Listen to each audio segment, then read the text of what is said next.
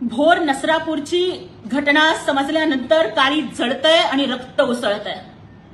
एका 4 वर्षाच्या चिमुरडीवरती 65 वर्षाच्या नराधमानं गुराच्या गोठ्यात अत्याचार करून तिची दगडानं ठेचून हत्या करावी.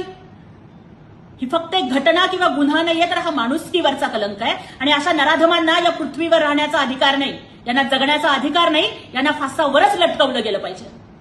आणि हा खटला फास्ट ट्रॅक कोर्टात चालावा, त्या नराधमावरती कठोर कारवाई व्हावी, अशा पद्धतीचे निर्देश माननीय उपमुख्यमंत्री एकनाथजी शिंदे साहेबांनी पोलीस प्रशासनाला दिलेले आहेत. आणि धक्कादायक घटना ही कळते की काही वर्षापूर्वी या नराधमानं स्वतःच्याच पुतणीवर अत्याचार केला होता, तो तुरुंगात होता आणि त्याची सुटका झाली. अशा नराधमाला कायद्याच्या कोणत्याही पळवाटेचा आधार मिळता कामा नये. त्या निष्पाप लेकीच्या रक्ताचा प्रत्येक थेंब न्यायासाठी आक्रोश करतोय.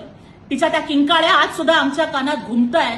आणि एक सत्ताधारी पक्षाची महिला खासदार म्हणून आमची जबाबदारी आहे की तिला जोपर्यंत न्याय मिळत नाही तोपर्यंत आम्ही लढत राहू.